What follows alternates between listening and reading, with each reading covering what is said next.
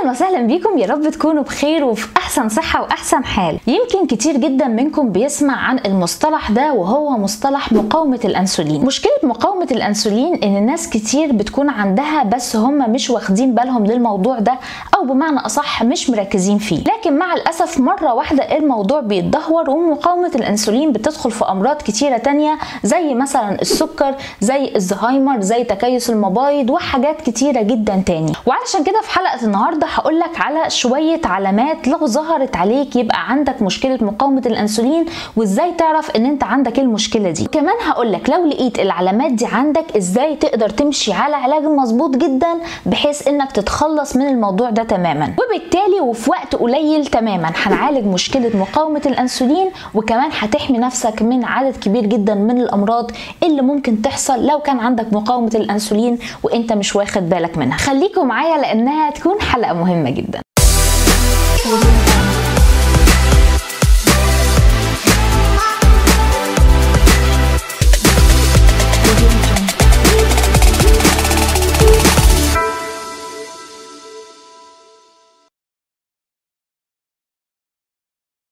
قبل ما اقولك على العلامات اللي هتظهر عليك لو حصل مشكله مقاومه الانسولين، خلينا نفهم ايه هو الموضوع بتاع مقاومه الانسولين وازاي بيحصل في الجسم. طيب ركزوا معايا في الشرح ده، انا هحاول الخص لكم بحيث ان انتوا تقدروا تفهموا الموضوع ويكون بسيط وسهل جدا. البنكرياس بيفرز هرمون مهم جدا اسمه هرمون الانسولين. اللي بيحصل انك لما بتيجي تاكل اي وجبه السكر اللي موجود في الدم او مستوى السكر في الدم بيعلى، فيقوم الهرمون بتاع الانسولين ده يقلل من مستوى السكر في الدم. وكل ما انت بتبدا تاكل والمستوى بتاع السكر في الدم بيعلى، البنكرياس بيبدا تاني يفرز هرمون الانسولين علشان يروح على طول ويقلل مستوى السكر في الدم. لحد هنا كويس جدا. طيب ايه المشكله بتحصل امتى؟ لما بيكون مستوى السكر في الدم عندك عالي والبنكرياس يروح برضو يفرز هرمون الانسولين، لكن عكس كل مره الهرمون يروح لمستوى السكر في الدم علشان يقلله وما يقلش معاه. طيب ركز معايا دلوقتي، الجسم بتاعك فيه مستوى السكر في الدم عالي، والبنكرياس المفروض ان هو اصلا خلاص عمل اللي عليه وطلع هرمون الانسولين، فالبنكرياس يحس انه في حاجه غلط، ازاي مستوى السكر في الدم عالي؟ امال انا هنا بعمل ايه؟ يروح يبدا يفرز تاني هرمون انسولين، والانسولين يبدا يزيد في الجسم. وبرده بالرغم من ان البنكرياس عمال يفرز في الانسولين علشان يقلل مستوى السكر في الدم، فبرده مستوى السكر مش بيستجيب خالص وبيفضل عالي، وبالتالي بتسمى الحاله دي بمقاومه الانسولين. ومع المشكله دي فانت حتى مستوى السكر في الدم وانت صايم وما اكلتش اي حاجه برضو بيبقى عالي جدا. ده بيترتب عليه حاجات كتيره جدا تاني زي مرض السكر، زي الجلطات، زي الزهايمر، زي تكيس المبايض، وزي الكانسر. ده غير مشاكل في العين ومشاكل في الكلى. قبل ما نتكلم عن العلاج هقول لكم ازاي تعرف ان انت عندك مقاومه الانسولين من خلال شويه علامات كده هتبدا تظهر على الجسم وحاجات هنختبرها مع بعض. اول واشهر علامه، ودي ممكن تعملها في البيت مع نفسك من غير ما تروح معمل او اي حاجه، لو عندك مازوره القياس اللي موجوده في اي بيت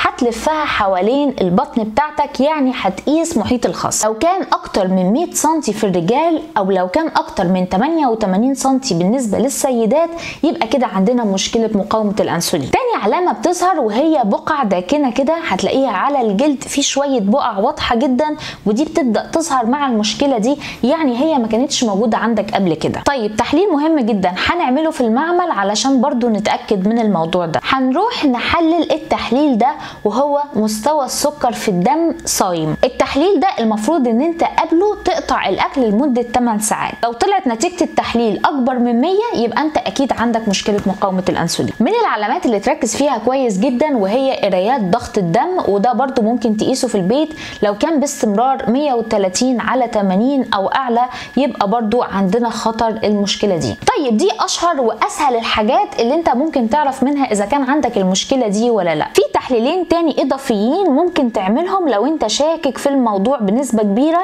اولا مستوى الدهون الثلاثيه اثناء الصيام لو كان اعلى من 150 مللي جرام، ولو كان مستوى الكوليسترول اقل من 40 مللي جرام بالنسبه للرجال واقل من 50 مللي جرام عند السيدات. وبكده بعد ما عرفنا ان احنا عندنا مشكله مقاومه الانسولين، تعالوا للعلاج. انا عايزه ابشركم النهارده كلكم ان العلاج بسيط سهل جدا، شويه خطوات كده هنعملها مع بعض في منتهى السهوله. كمان في نوعين من الادويه هنمشي عليهم، وطبعا العلاج ده هنستمر عليه لمده 3 شهور، وبعدين هنروح نعمل تحليل تاني لمستوى السكر وهو صايم، وان شاء الله لو لقيته رجع للمعدل الطبيعي يبقى الموضوع ده اتحل. هو عباره عن اشهر 6 خطوات. الخطوه الاولى هو ان احنا هنبدا نستخدم الجلوكوفاج، وهو طبعا دواء من اشهر الادويه اللي بتقلل من مستوى السكر في الدم. ده هنستمر عليه لفتره 3 شهور. الجلوكوفاج هو اولا بيقلل مستوى السكر في الدم، كمان الاشخاص المعرضين للاصابه بمرض السكر بيبداوا ياخدوه لانه بيقلل من خطوره الاصابه بالمرض ده غير انه من اشهر الادويه اللي بتستخدم في علاج مشكله تكيس المبايض. وكمان لما تبدا تاخده هتحس ان انت بدات تنزل في الوزن.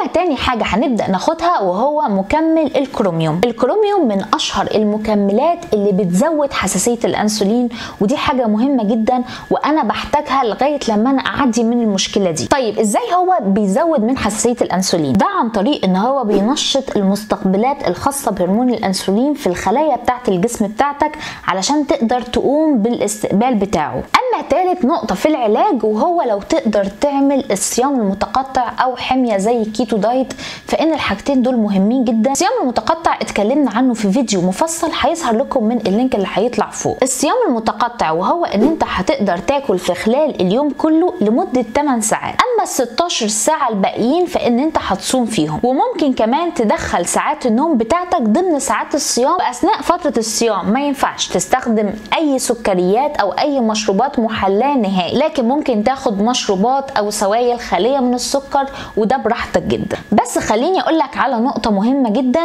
لو كنت ناوي وهتقدر تعمل الصيام المتقطع يبقى مفيش داعي انك تبدا تستخدم الجلوكوفاج زي ما قلت، لان خلاص انت صايم اصلا، فمستوى السكر في الدم هيبدا يقل لوحده من غير اي ادويه. النقطه الرابعه لازم تبدا تبذل مجهود، وده هيفرق جدا في العلاج. لو هتقدر تبدا تعمل تمارين رياضيه فدي من افضل الطرق اللي بتزود من حساسيه الانسولين. ولو مش هتقدر تعمل تمارين رياضيه فيكفي ان انت تمشي يوميا لمده نص ساعه على الاقل 5 ايام في الاسبوع. النقطه الخامسه وهو استخدام خل التفاح، وده ليه تاثير ممتاز هشرح لكم دلوقتي. الخل بيساعد في زياده حساسيه الانسولين عن طريق ان هو بيقلل نسبه السكر في الدم، وبالتالي بيحسن من فعاليه الانسولين.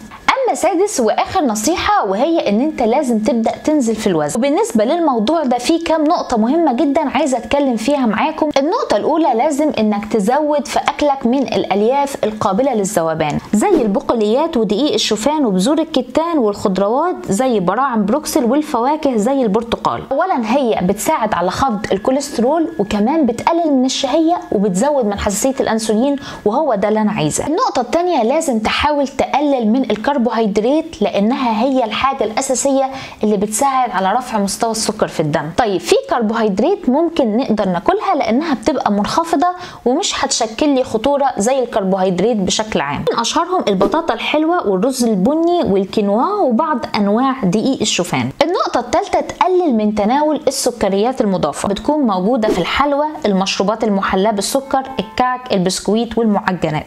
نقطه مهمه جدا وهي في اعشاب وتوابل لازم ندخلها في الغذاء بتاعنا لانها بتزود جدا من حساسيه الانسولين. من اشهرهم بذور الحلبه والكركم والجنزبيل والثوم. نقطه تانية مهمه جدا وهي القرفه. القرفه من الحاجات المهمه، احنا مش عايزين ان احنا نزود منها، يكفي قوي ان احنا ناخد رشه من القرفه على الاكل اللي انت هتاكله، طبعا يكون ماشي معاه يعني. من النقط المهمه وهو شرب الشاي الاخضر، وقد ايه ان هو بيفرق في صحتك وفي موضوع مقاومه الانسولين. دراسه اتعملت على مجموعه من الاشخاص اللي كانوا بيشربوا الشاي الاخضر وجدوا ان اولا حساسيه الانسولين زادت، وتاني حاجه انه قلل كمان من مستوى السكر في الدم. اتمنى اكون قدرت افيدكم في حلقه النهارده وقدرت اقدم لكم معلومات مفيده. لو عجبتكم الحلقه ما تنسوش لايك للفيديو، سبسكرايب في القناه، واهم حاجه شاركوا الفيديو مع غيركم علشان اكبر عدد منه يستفاد. واشوفكم على كل خير الحلقه الجايه ان شاء الله. باي باي.